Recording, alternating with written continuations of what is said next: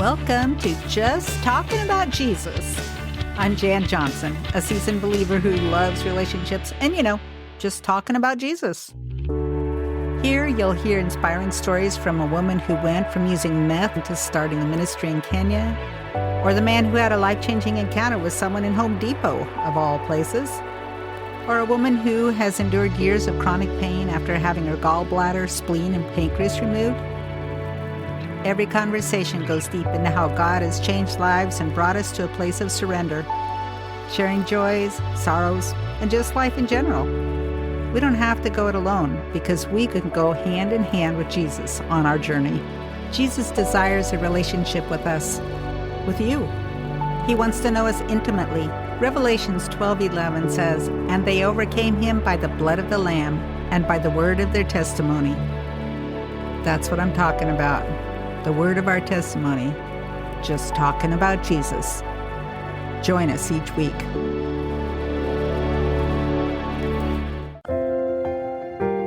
He has not partaken of the Passover meal, and he waits for us, his chosen, when we all get together, and he'll take that cup. I just get thrilled, and I want to hear him say the blessing, the bracha, and say that blessing with all of his children together as he lifts this cup, and then we all drink it together. Hey, my friends, welcome to this episode. This is episode 100. I could even do a happy dance. I can't believe that I've interviewed that many people. And so many listeners. Thank you. Thank you so much for supporting this podcast, listening to it, sharing it in whatever format that you're doing, whether it's with the YouTube or just with the audio or just looking at my Substack with the newsletter. I appreciate it all, and I'm so grateful for you. Today is a repeat episode, but it was so fitting last year when I did it because it's about Passover and it's timely.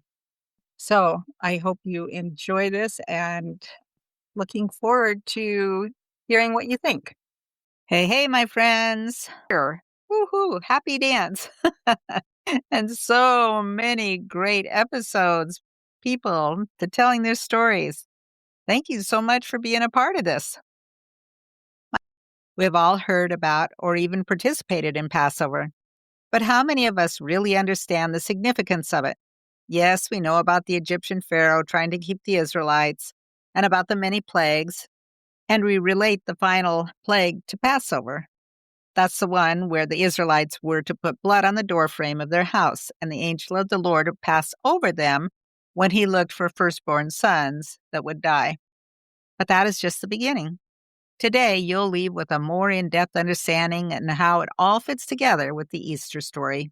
Lon and Ryan Wiksell, who are a father and son team, both ordained Christian ministers, but in very different faith traditions. Lon has a Master's of Divinity from Oral Roberts University and a Doctorate of Ministry in Messianic Judaism from the King's University.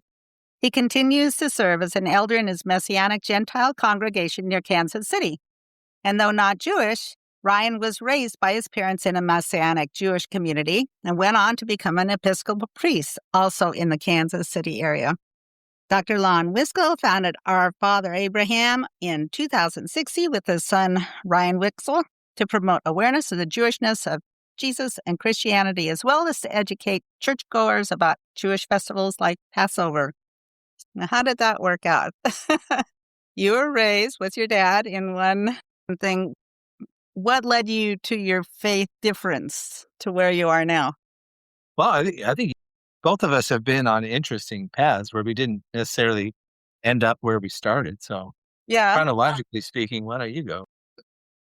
Well, where I am, and essentially you are, is starting an interest in the historical context of Jesus. And that started way back in my first Bible class, a New Testament survey class. And I became fascinated with the historical background of the first century, the Second Temple Judaism. And I realized, wow, there's more to the New Testament than just what's written there. What is it Jesus, the disciples, and this temple, and Sadducees and Pharisees and all that? And so I just always kind of continued that study. I'm an IT professional by trade, and the Lord led me to seminary, and it was there where I got more of an interest in the historical background of the New Testament. And it was after I graduated from seminary that we came to Kansas City and we got involved in the Messianic Jewish movement. Hmm. And at that point, it all kind of came together, helping the Jews who believe in Jesus and their faith, and also in my studying the background to the New Testament. Yeah. Yeah, and you mentioned in our introduction how Dad went to Oral Roberts University. I was 10, 11, 12 years old.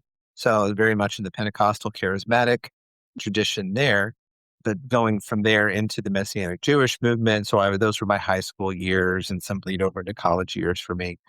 So that was very formative for me. And I kind of went forward into adulthood with this blend of charismatic Christianity and Messianic Judaism. But I'm just a very exploratory person. And I say both of my parents encouraged that in me to own my beliefs, own my faith. And my wife and I went on to plant an independent church in downtown Springfield, Missouri, which was just totally unaffiliated with anything and very pan-denominational. But that ended in 2012, at the very end of 2011. And we were sort of set adrift. And it was the Episcopal Church that was sort of our way back in to church community, into Christianity. And it was there that I really I think I found a wide berth to be able to explore. Even while staying an Episcopalian, I could change my mind on things several times and not feel like I was like somebody was breathing down my throat, breathing down my neck. And that they encouraged me in my leadership work and in my ministry. And so I went to seminary in 2018 to an Episcopal seminary and was ordained in 2021. And Maintaining your charismatic experiences and it's I'll have to say there's a lot that I miss about it. It's not always easy to have your cake and eat it too. it's a different setting, Right, to be every kind of Christian at once. So I do try to take opportunities though to reconnect with that aspect of my upbringing and part of what made me who I am. And there's not a whole lot about that I've intentionally left behind. I really do try to bring it with me as much as I can. Well, there's a lot of similarities really between Messianic Judaism and what Ryan does at the Episcopal Church, because I love liturgy.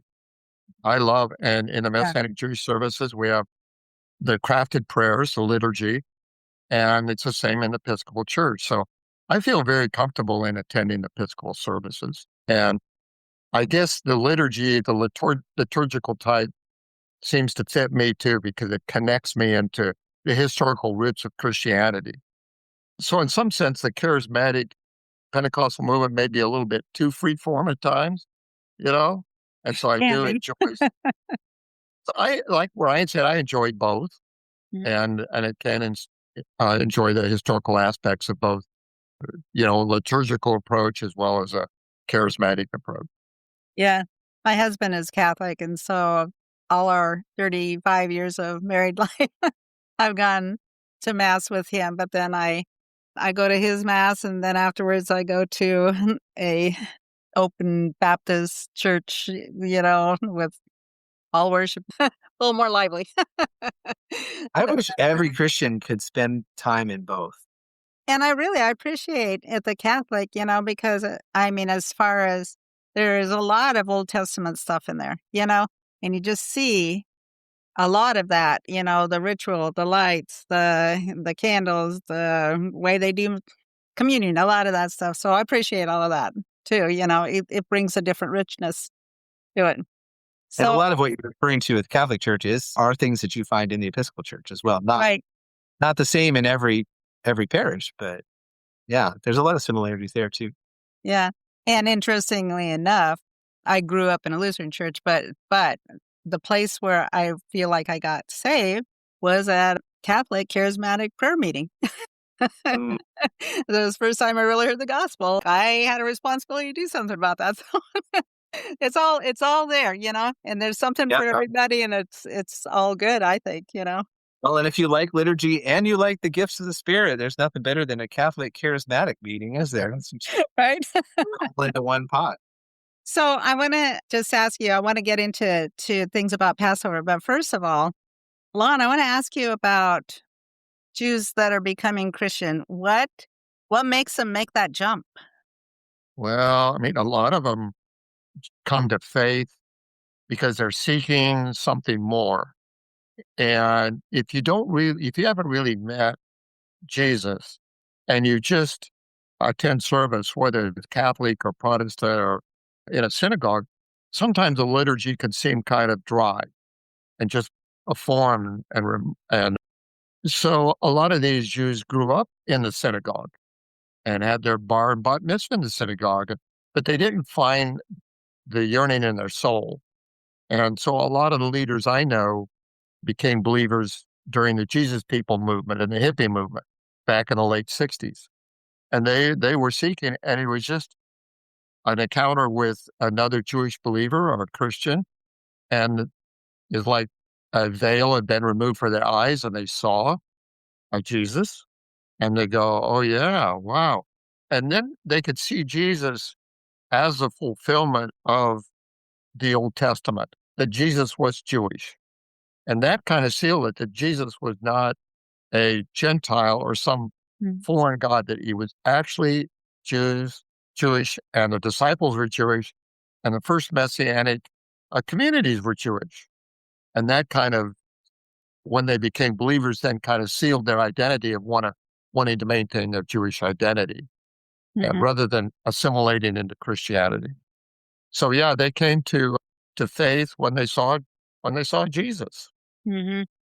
If I could add something to that, there will always be people who embrace Jesus, and there will always be people who don't. But I hope that the decision that people make about Jesus is based on who Jesus really is, and not on some sort of picture that we paint for our own agenda, our own purposes. And so Jesus has been painted a lot of different ways throughout the centuries. And one of those ways is that he's blonde-haired, blue-eyed, Swedish, or, we're somewhat Swedish. Probably not. I want to be rude to the Swedes, but when we have painted him like ourselves, and that Jesus likes the people we like, and maybe even hates the people that we hate, right? We're not giving people a fair shot at deciding whether they really want to follow Jesus or not. So, and that's really true across the board. But to your question and to Dad's answer here, Jewish people deserve the right to choose to follow Jesus or not, based on who he really is, and who he really is Jewish. And they also deserve to be able to make that decision knowing that they can maintain their Jewish identity and worship a Jewish Messiah, follow a Jewish Messiah as Jewish people, without having to relinquish that identity. And again, many people won't make that choice, but those who want to should feel like they can. I think that's been an important aspect of the Messianic movement. Interesting. I think the bottom line is everybody that accepts Jesus at one point has either a visitation of sorts that God, bops them with, or they get to really know who he really is, to going. And at some point, you are leaving behind whatever your background is. You're leaving behind something or a lack of understanding that you had, until you figure out, oh, yeah, that's the guy I really want to know. He's really my father, my son, my friend, my, brother. You make a good point. He says, pick up your cross and follow me. He's not saying you can keep everything about your life exactly the way you want it. There is sacrifice and there is relinquishment. So, but, in our experience and our observation, Jewish identity is not one of those things that people are asked to relinquish in order to follow Jesus. And that's especially true once you learn how important his Jewishness was to him.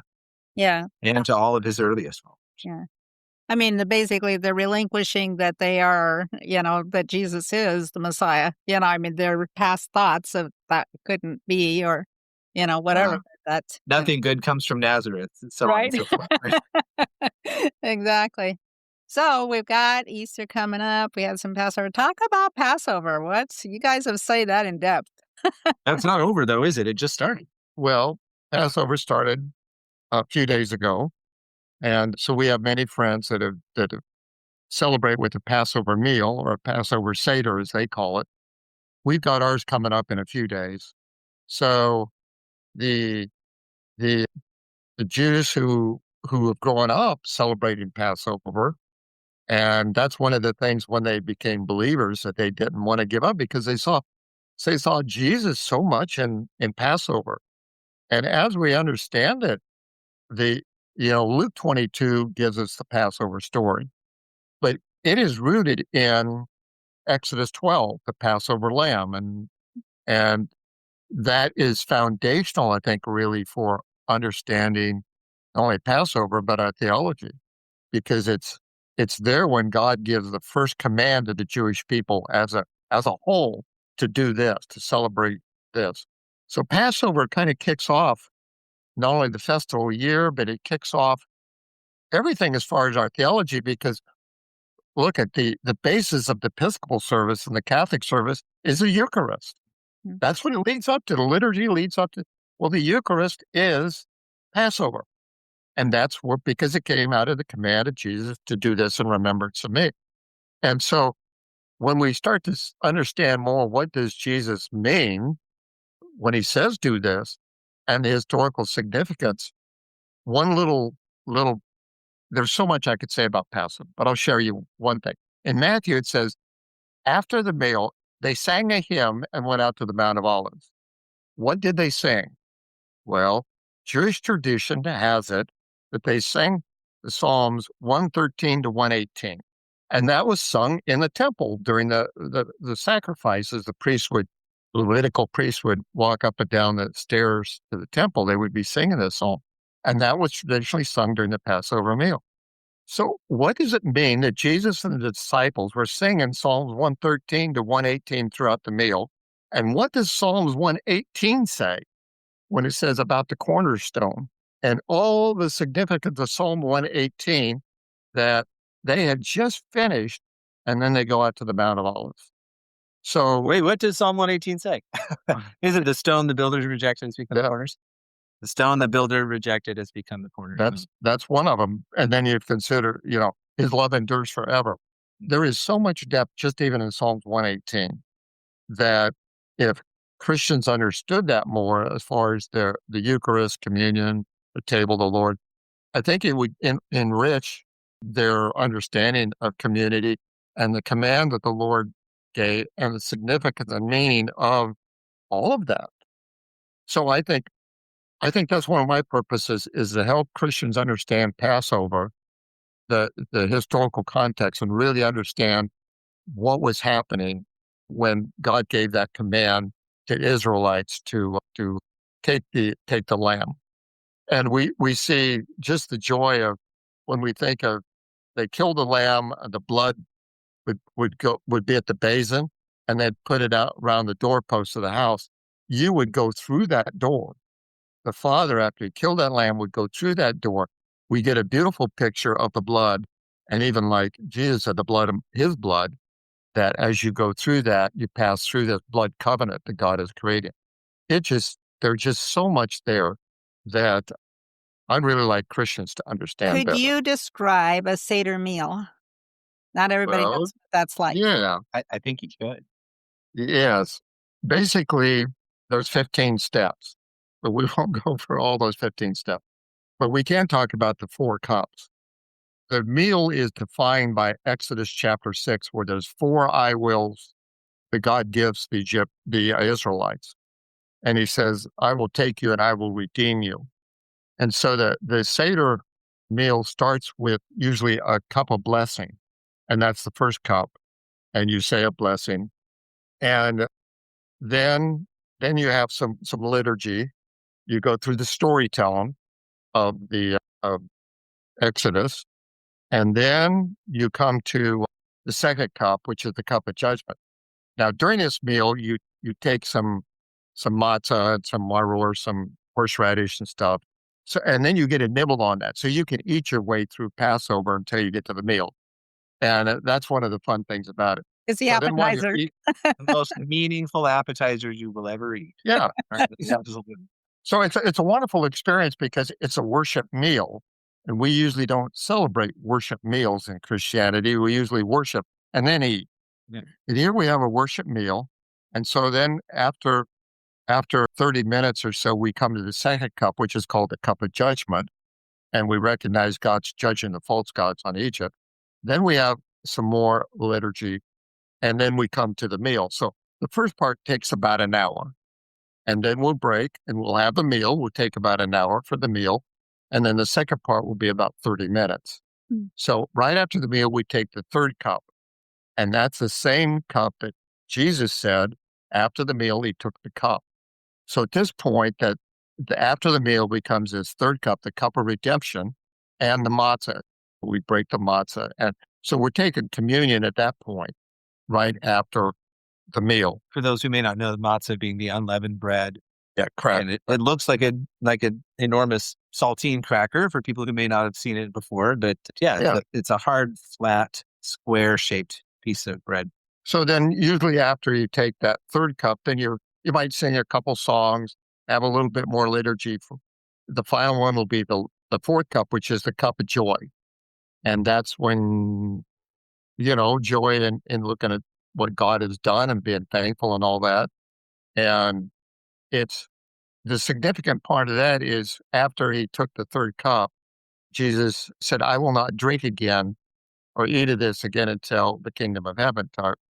And so I always like to think and enjoy, hey, he has not partaken of the Passover meal, and he waits for us, for his chosen, when we all get together, and he'll take that cup. I just get thrilled, and I want to hear him say the blessing, the bracha, and say that blessing with all of his children together as he lifts this cup, and then we all drink it together. And that's portrayed in Revelation in the marriage supper of the Lamb. So the marriage supper of the Lamb is the conclusion of the Passover meal that he started with his disciples. And so he will conclude that with all of us as he takes that last cup. That's just a brief of the four That's cups. something to me. Just having that whole picture. Wow. It means that the Last Supper has never ended. It's never ended. It's still going on. We are part of that meal. We're part of this covenant because this new covenant, it'll also be consummated at that meal because that's the marriage supper of the Lamb. So everything awaits this future meal that we take together. Well, I try to teach the church and explain a lot of those things because even the redemption, the kinsman redeemer idea, that the same word used in Exodus 6 is the same word used in the book of Ruth, kinsman redeemer. And God says, I am your kinsman redeemer. I am your Boaz. So we get these beautiful pictures, these Hebraic pictures that for the most part, unless we don't understand in modern 20th century Western Christianity. Yeah. So when Jews, not Messianic Jews, do Passover, do they cut it short? No, they'll go through all the cups. They interpret them differently than Jewish believers do. But pretty much these 4 cups and the 15 steps are pretty much the same that all Jews will celebrate. And how do they interpret that? That's probably a long discussion too. Which aspect of it, though, is the question. Like what? You mean the cup of redemption, the third cup? Yeah. Well, they interpret that because they were redeemed from Egypt. So they're just looking at it historically. Yeah. It's almost like mapping out like of the meaning that Jesus poured into the 4 cups, into the matzah at the Last Supper, is sort of an overlay. In a way, it's not introducing new elements or whole new themes. It's saying, here's what you've recognized your entire life. Ever since you were little, you've been part of this recounting of and remembering of that being set free from Egypt. And here's all of the little themes that go into that big theme. And Jesus just took each one and said, now I want to add a new layer to this. I want to shed a new light on this, which is actually what Jesus did basically for his entire ministry and all of his teaching. I'm not doing away with the law. I'm bringing something new. I'm here to fulfill the law. And even in his greatest commandment and second Yeah. greatest commandment, love the Lord your God with all your heart, mind, soul, and strength, love your neighbors yourself. He's quoting the Torah, Leviticus, and he's quoting Numbers or Deuteronomy. Leviticus is not, I think I was right the first time. And this is part of what I said earlier on, that when we try to paint Jesus as the blonde hair, blue eye, this Gentile who comes along and just pulls all of these brand new teachings out of the air. And we're like, whoa, this guy's a genius. Well, I think he was, but he's mapping those teachings onto what people already knew, which is what every ingenious teacher does, in my opinion. Yeah. Is they know their audience, they know their experiences, they know their symbols, they know their stories. Yeah. And they say, and now I'm gonna turn that gem for you a little more. I'm gonna show you another layer that maybe you hadn't realized before. That's the entire Last Supper experience, in my opinion. And in the Episcopal Church, we say most of the time, and maybe you've heard this in the Catholic Church as well, we say, Christ our Passover is sacrificed for us. And everyone responds, therefore, let us keep the feast. Hallelujah. We're calling it out. We're saying Christ is our Passover, and which I think is shorthand for saying our Passover lamb, a lamb, the pure and spotless lamb who was chosen out of the flock to be sacrificed for us, and that the blood is spread over the doorposts of our heart to rescue us from death. Yeah. Yeah. Yeah. And, it hasn't been in that many years ago that I finally figured out that the Old Testament is all leading up to the New Testament. Like, it's one big picture. It's not just a bunch of all these things and wars and love, whatever, So this last time that I'm reading it through, I'm thinking, oh, okay, there's one of those things. There's one of those. I mean, it just, you never stop learning. And all you have to see is how often the New Testament writers quote the Old Testament, quote the Hebrew scriptures. I mean, Matthew is huge. Hebrews is huge. And, Paul never stops referring back to the Old Testament. So it does flow. Sometimes it feels like they're two totally different books. And one is mean and the other one is nice or whatever. But that's such a reductionist way of thinking. It's such an oversimplification. It really is one grand love letter. It takes many different twists and turns, but you're right. It flows beautifully when we have the eyes to see it. Yeah, it's just another revelations of things. Yeah. So you guys like to make things look real. Some of the characters look real in the Old Testament. You've written a book. Tell us about your book. Yeah. Well, our book is coming out as we speak here, and it's trilogy, actually. It's going to come out one book at a time. So book one, the trilogy is called the Passover Trilogy, and book one is called the Last Seder of James. Each of these three books has two components. There's a fiction component in the beginning and a nonfiction at the end. So we can take turns on that because we've sort of had a division of labor there. I'm a little bit more of the fiction guy. And it was really an opportunity to look. The first book is specifically about Passover. It's framed up by the Feast of Passover. And we wanted to see how we might be able to convey those themes to people in new ways, the ways that they could connect more deeply with it. And what's better than story? Of course, we learn from Jesus himself and from all the Bible that story is such a beautiful way to convey these themes. Jesus' parable. So it's almost like we took a page from Jesus and wrote a parable. But we used known characters, known quantities here, specifically James, the titular character in Last Seder of James, being the brother of Jesus. And as we know, he didn't really follow Jesus during his earthly ministry, but then did become a follower after Jesus appeared to him post-resurrection. And not only became a follower, but became one of the main leaders. He became the Bishop of Jerusalem, leader of the Jerusalem church, and even the main decider in Acts 15 at the Council of Jerusalem. So very prominent figure. History also tells us that he was martyred in the year AD 62 by being thrown off the top of the temple, the highest wall of the temple, and then also stoned once he hit the ground. Different records say different things. Some have assumed that it was both. So we kind of keyed into that historical event and then imagine, what was that last night like before he was martyred? Because supposedly he was martyred at Passover. Mm-hmm. So we imagine that John, the Apostle John, John the Beloved, John the Evangelist, would have visited James on that last night of his life, and that their relationship would be characterized by some distance, mainly because we see how Jesus entrusted the care of his mother, not to his oldest brother, which would have been natural, but to his favorite disciple. Mm.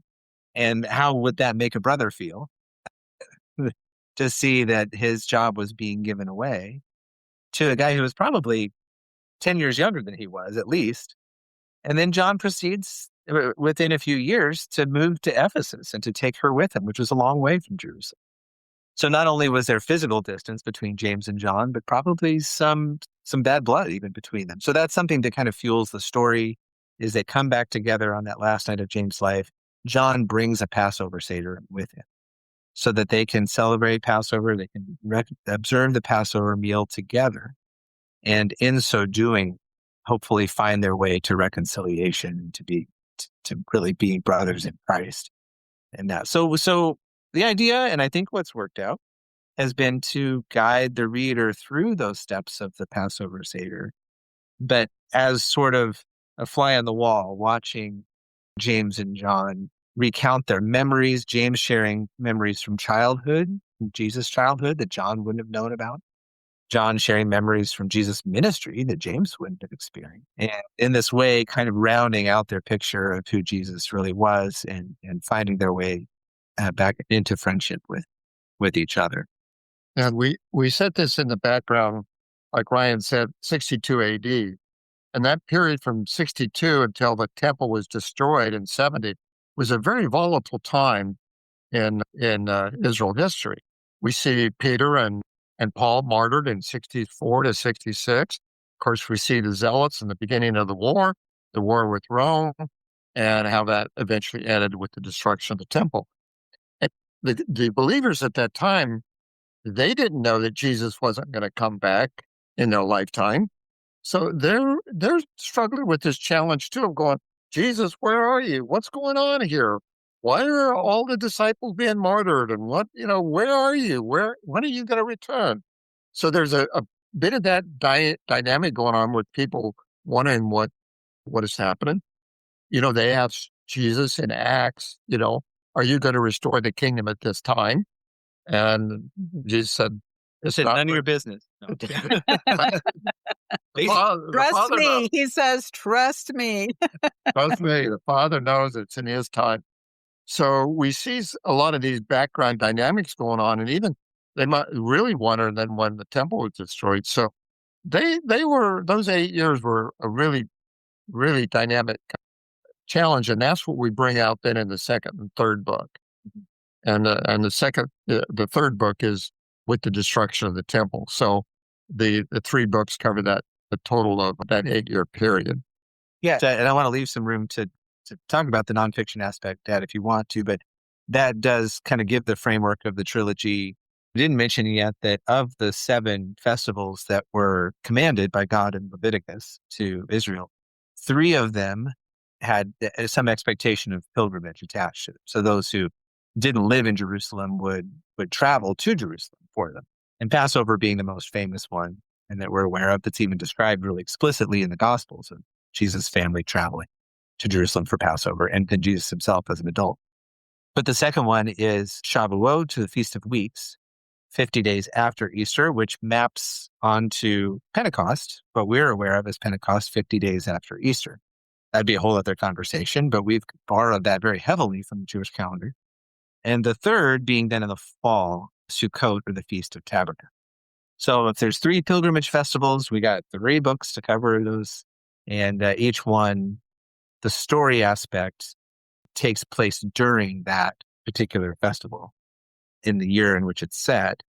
And then the second part of the book, the teaching portion, then expounds on the symbols and themes and all of the significance of that particular festival. Yeah. So where can people find your book? Our website is ourfatherabraham.com. Ourfatherabraham.com. Either online or brick and mortar stores, wherever you like to buy your books. Excellent. I'll put links in the show notes for that, because I know people are going to want to find out about this. Yeah, very exciting. Yeah. Yeah. Congratulations. Writing books is a lot of work. They say no one wants to write a book. Everyone wants to have written a book. And no one wants to market it. Well, although this is a lot of fun right here. I'm Yeah. having a good time. Well, we did have a lot of fun writing it because in writing the novel, the fiction part, Ryan would write a chapter, and my wife and I would review it, and we'd discuss it. We wanted to get the voice right and everything in there, and I don't know. In the end, I figured the last Seder we went through about 33 drafts, so we put a lot of talk and a lot of work into it. So, but it's been a lot of fun. That's awesome. So I just think it's precious that you're doing it together. Good. Some dads just take their sons fishing. Yeah, right? I know. But others that's write it. together. That's not what we do, I guess. Write and podcast together. So There you go. lovely. Okay. Hopefully people find our website, find a Yeah. lot of good resources in our website as well. Our YouTube channel and whatnot.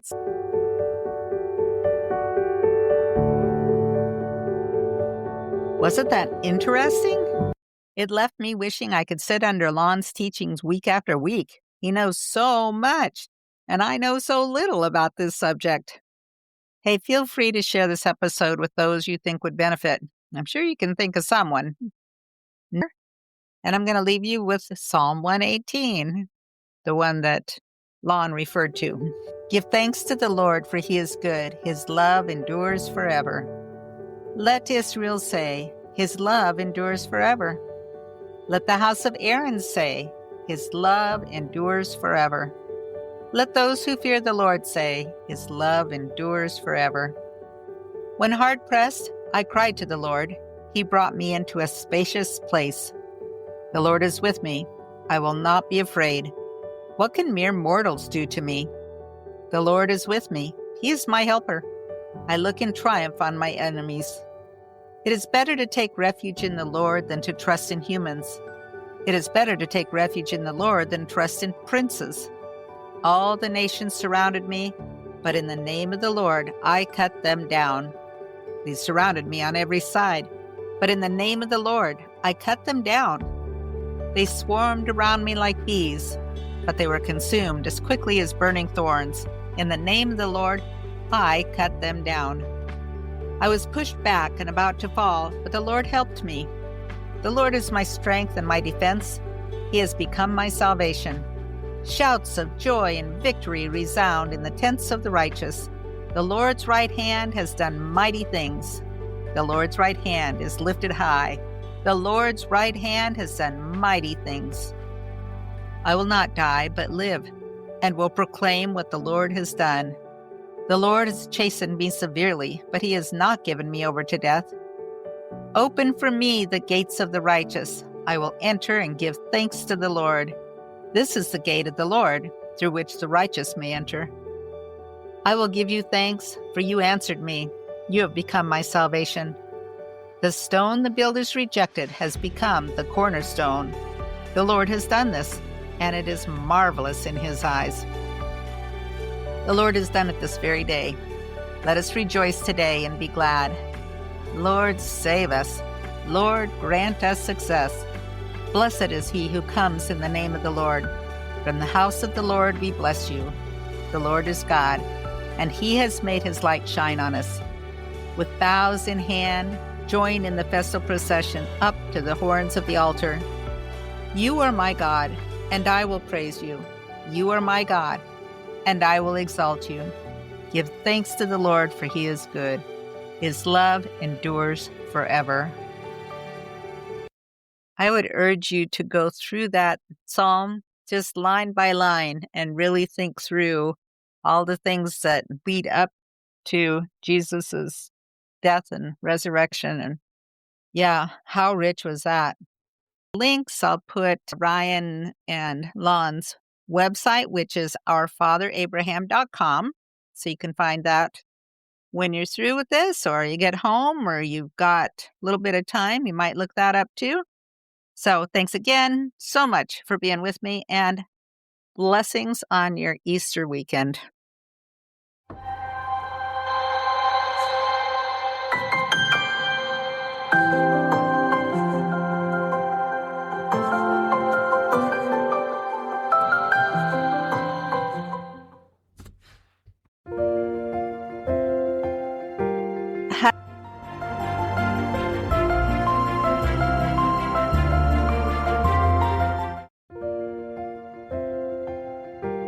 have you been able to look at some of the Substack newsletters that I've sent out? I have. What do you think? I love it. It gives you just enough information that I'm just chomping at the bit to hear the whole. I want the whole podcast. I love the information on there. It just gives a little bit more of, oh, okay, that's what this is going to be about. Yeah. And it's a pretty quick read. Oh, it's totally quick. It's an easy read, which is helpful, again, in the fast pace we live in. Yeah. And the links are in there as well. And so it's shareable and whatever. So, yeah, if you haven't tried that out, all right, give it a try.